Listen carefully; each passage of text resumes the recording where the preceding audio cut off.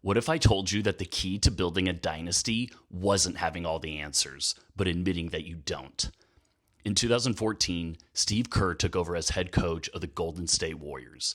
The team had incredible talent: Steph Curry, Klay Thompson, Draymond Green, but they'd never won a championship. Most new coaches would try to prove themselves by imposing their will or showing that they're the smartest guy in the room. Steve Kerr did the opposite. During his first time out as head coach, he turned to the players and said, "What do you guys think we should do here?" And that simple display of vulnerability changed everything. Welcome to the highest level. I'm Coach Evan, and I study what separates legendary leaders from everyone else. Today, we're breaking down Steve Kerr's leadership model, the vulnerability, authenticity, and collaborative approach that built the greatest dynasty in modern basketball. By the end of this case study, you'll have 5 proven leadership principles that create championship cultures through openness rather than control, whether you're leading a Fortune 500 company or managing a high-performing team. Let's dive in. First, let's understand what makes Steve Kerr's perspective unique. Before he had ever coached a game, he won 5 NBA championships as a player, 3 with Michael Jordan's Chicago Bulls under Phil Jackson, and 2 with the San Antonio Spurs under Greg Popovich. Think about that. He played for 2 of the greatest coaches in basketball history, learning completely different leadership styles. Phil Jackson, the Zen master who burned incense in the locker room and led team meditation sessions, and Greg Popovich, the military-trained disciplinarian with impossibly high standards. When Kerr became the Warriors head coach in 2014, he inherited a team that had won 51 games the previous season, but couldn't get past the second round of the playoffs. They had the talent, they had the athleticism. What they didn't have was a leadership culture that would unlock championship performance. But here's what makes this relevant for business leaders. Kerr's challenge is exactly what you face. How do you lead highly skilled, empowered professionals who don't need a dictator, but need a collaborator? How do you create excellence through vulnerability rather than command and control? This isn't just about sports. This is about modern leadership in a world where knowledge workers demand autonomy, where psychological safety drives innovation, and where authenticity matters more than authority. Kerr cracked the code through what I call vulnerability-based leadership, a systematic approach we can break down into 5 core principles. The Steve Kerr leadership model. Principle 1: authentic vulnerability as strength.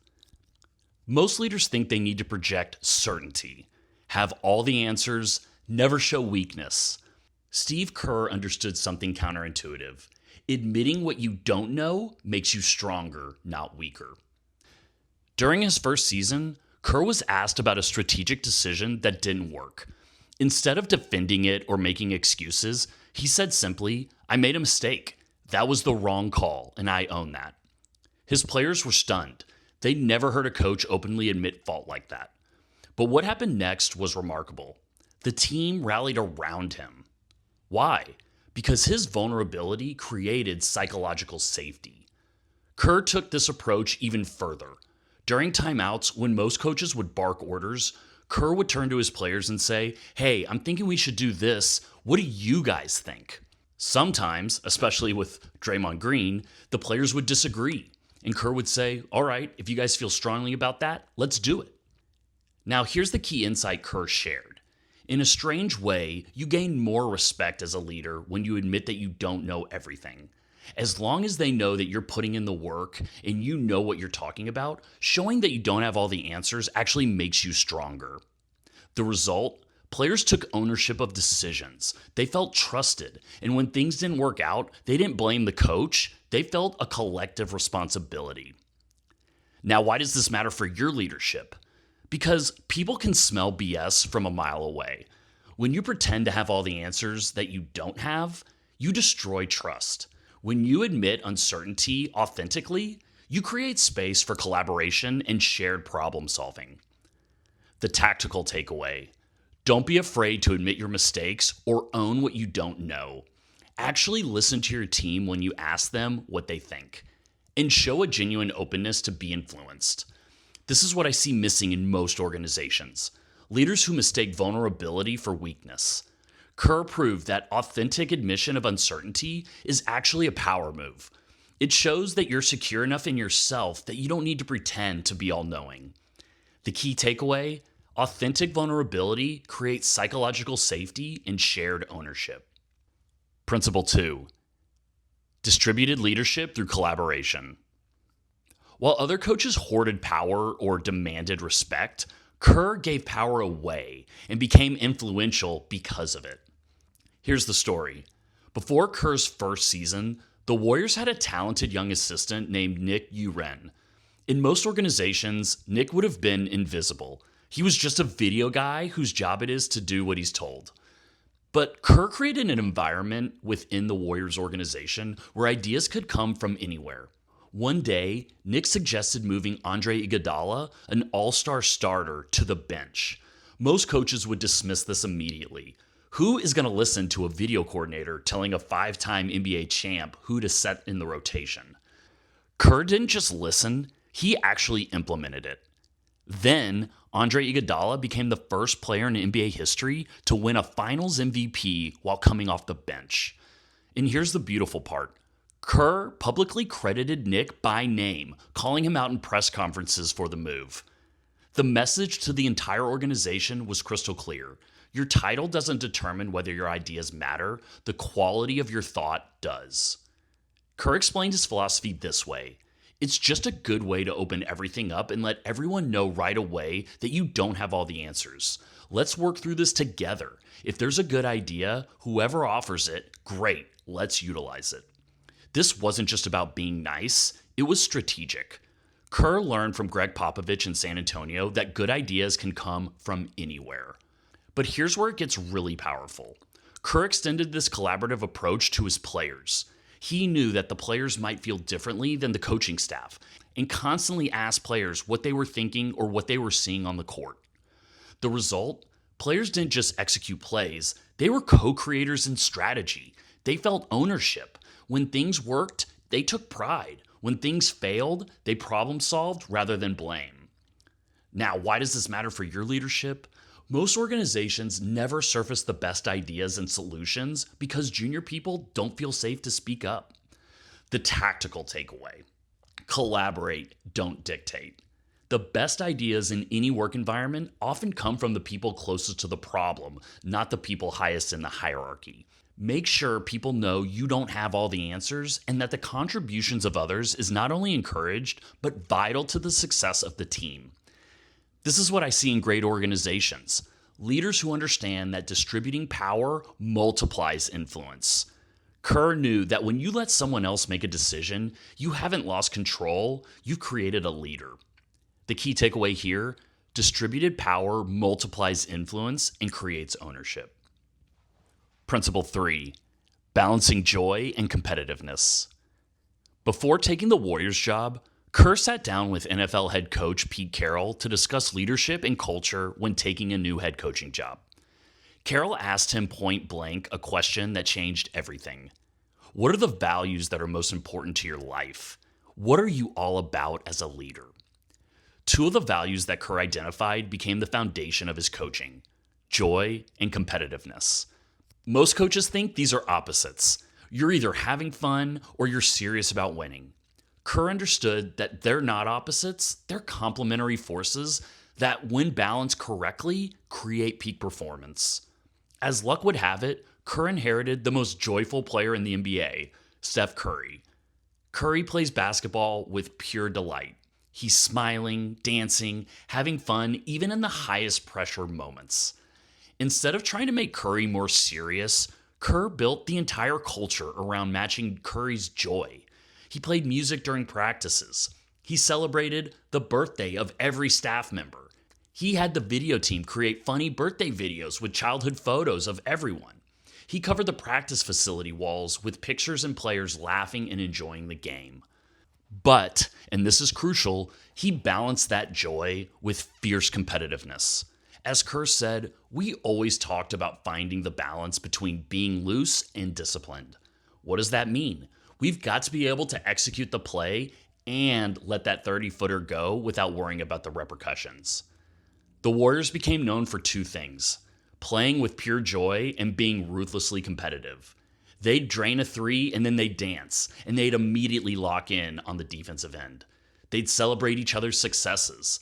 They'd hold each other accountable to impossibly high standards. Kerr explained it this way: when the guys are having fun and enjoying it, they're more likely to work to be good at it. If you can maintain a culture through joy, even during the losing times, then when circumstances get better, you can thrive. In the 2019-20 season, when the Warriors had one of the worst records in the NBA, Kerr kept that joy alive. He kept the music playing. He kept celebrating birthdays. He kept the environment positive. Why? Because he knew that joy itself is the foundation to the culture. Now, why does this matter for your leadership? Most organizations swing to extremes. Either it's all grinding intensity with no joy, which often leads to burnout, or it's all fun and games with no accountability, leading to mediocrity. The tactical takeaway: infuse joy into competitive environments. Add one element of genuine joy to your team's routine. Play music during mundane tasks. Celebrate something small. Create one moment of levity without compromising your standards. This is what championship organizations understand. Joy isn't the opposite of competitiveness. Joy is the fuel for sustained competitiveness. When people genuinely enjoy the work, they'll push themselves harder than any amount of pressure could force them to. The key takeaway here: joy and competition aren't opposites. They're complementary forces for peak performance. Principle 4: psychological safety through open communication. Here's what most organizations get wrong: they only have real conversations during crises. Steve Kerr learned from Phil Jackson that you have to make honest communication normal, not emergency driven. When Kerr played for Phil Jackson in Chicago, Phil did something unusual. Before every practice, the team gathered in a room to watch film, but Phil would start the conversation casually. As Kerr remembers it, Phil used to say, "Men are afraid to talk to each other. Women will talk to one another, but men sort of grunt." And he was right. Especially in sports with all the ego in the room, communication doesn't come naturally. So Phil created rituals of daily dialogue. He'd ask random questions. He'd have players tell stories. He'd get the rookie who was terrified to talk to share something about his college teammate. Anything to make talking normal. When Kerr became a coach, he implemented the same approach. Before every practice, the Warriors gather in their film room. But before they watch strategy tape, Kerr asked casual questions. Before a team meeting last January, Kerr was asking about if guys watched the national championship game the night before. They'd spend 10 minutes just talking about football, just getting comfortable communicating. Kerr explained the strategy. If there's a topic of the day, and it can be anything, just get them to talk so they feel more comfortable when there's actually something substantial to talk about. The result? When the Warriors face real adversity, conflict between players, rebounding from tough losses, or personal struggles, communication channels are already open. They don't have to have a dramatic team meeting that makes headlines. They just talk, like they always do. Kerr also applies this to organizational structure. He calls it managing in every direction, up, down, and sideways. He maintains communication with ownership, coaching staff, players, and even front office staff. Why? Because, as Kerr says, it's so easy, especially in a losing season, for management to go, "Why did we play that guy?" And the coaches to go, "Why did we trade for that guy?" And if there's no communication, before you know it, everybody's pointing fingers. The reason this matters for your leadership is because psychological safety, that sense that you can speak up without fear, is the number one predictor of team performance.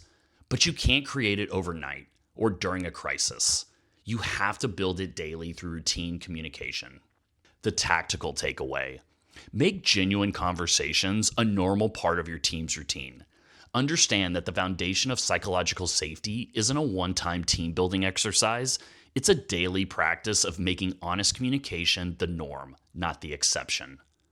The key takeaway here: psychological safety is built through daily communication rituals, not crisis meetings. Principle 5: player-coach perspective. Empathy from both sides. Steve Kerr has a superpower that most coaches lack. He's been both a player and a coach at the highest level. He knows what it takes to be led, and he never forgot that experience when he became the leader. When Kerr played for Phil Jackson, he learned something crucial about leadership. He said, quote, "It's about serving your players, but you have to do it in an authoritative way. You have to be vulnerable as a human being, but you also have to show that you know what the hell you're doing." That's the balance Kerr strikes. He doesn't try and prove he's the smartest guy in the room, but his players never doubt that he knows the game. How? Because he played it at the highest level in the biggest moments with the best of champions. Here's where this creates unique empathy. Kerr knows what players need because he was one. He knows when to push and when to back off a little bit. He knows when someone needs encouragement versus tough love. He knows what it feels like to be tired in game 60 of an 82-game season. Kerr shared this insight. Quote, "When I played for Pop, you could feel his humility almost like a good parent.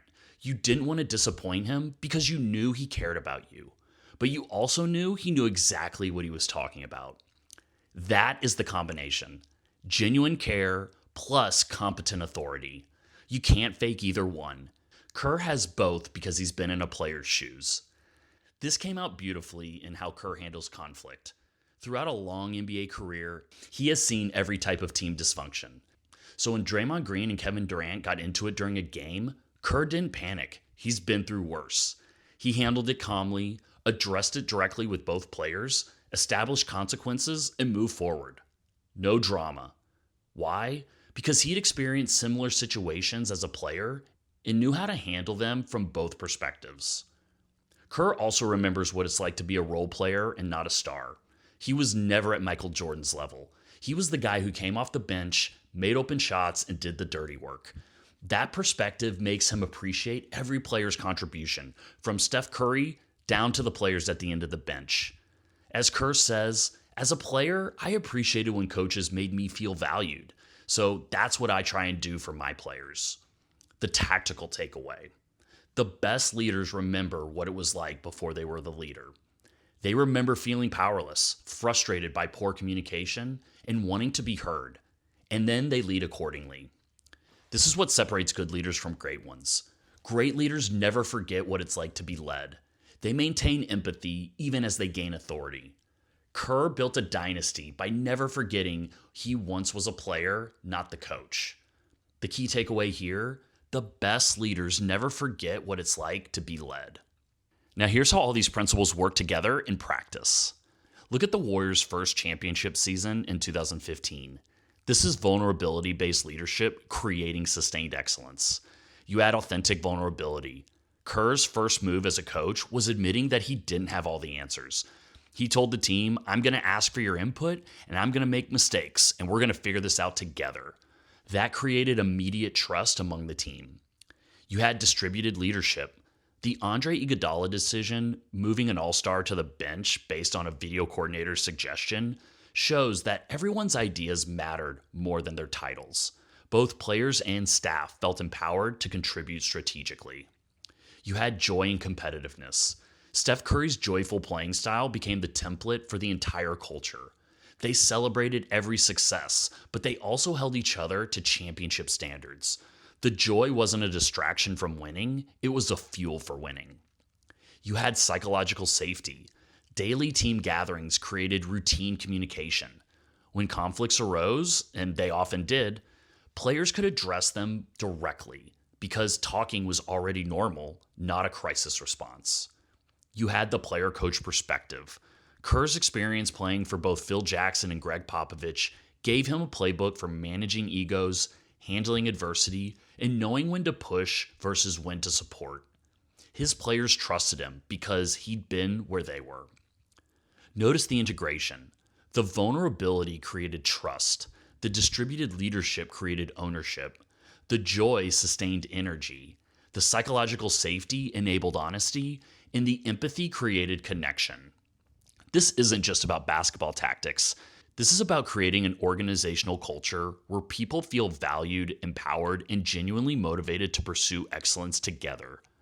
In your organization, this could look like being a leader who can publicly admit mistakes and uncertainty, someone who distributes decision-making power, someone who balances intensity with joy, someone who makes communication routine, and also someone who never forgets what it was like to be on the team rather than leading it.